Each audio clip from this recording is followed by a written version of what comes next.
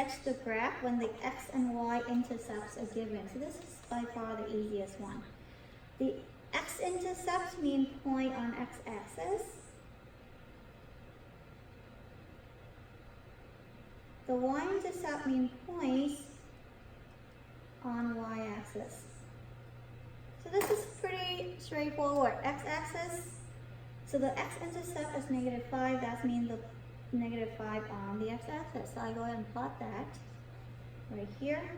The y-intercept, that means the point on the y-axis, which is -2. There you go. You have 2 points, connect, make a line. It's really simple, right? Let's do one more example. Number 12, my x-intercept is 3. That means on the x-axis, I'm going to plot a 3. The y-intercept is going to be at -5. Y-intercept -5, so I'm plotting -5 on my y-axis. Connect the dots. That should give me the line. Okay, so go ahead and pause the video and practice 13 and 14. You can do this. Pretty straightforward. Go ahead and practice.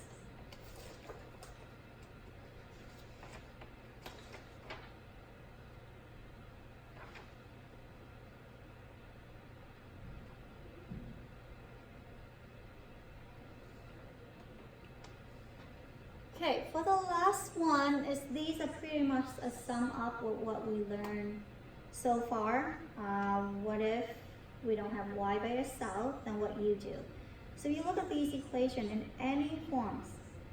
So the goal is, in order for you to graph anything, your goal is to solve for what? Whatever equation given to you, you want to be able to solve for y. Alright, so let's look at this example. 6 minus 2y equal -5x. So if I want to solve for y, again, like I said, I'm going to highlight my y.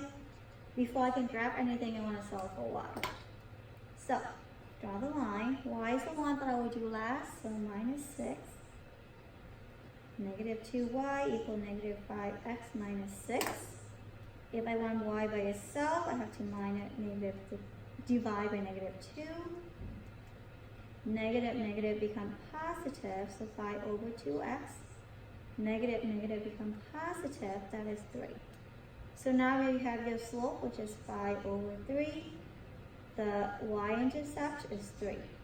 Which go back to the first form that we learned how to graph. So 3, 5 over 3. Again, we can go up 5 or down 5. So we can do -5 over -3. Either way, it's the same thing because negative become positive. So I can go down 5, 1, 2, 3, 4, 5, and to the left 3, 1, 2, 3. Connect the dot. This will be my line. Okay. Questions? Please write those down. Again, the goal is for these, we need to solve for y. Same thing for number 17. So you may want to pause the video, practice 17. Your goal is to solve for y. If you don't have y by itself, then solve for it. Then figure out what is the slope, what is the y-intercept, then you can graph. Alright? If you learn to turn to the next page, which is on number 18, 19, and 20. 20 is a special line, so you want to go back to the example that I gave you the last video. 5 equal -x. So this, I'll give you a hint, this will be -5x. So it's a special line. Number 18 is same idea. Solve for y before you do anything. Okay.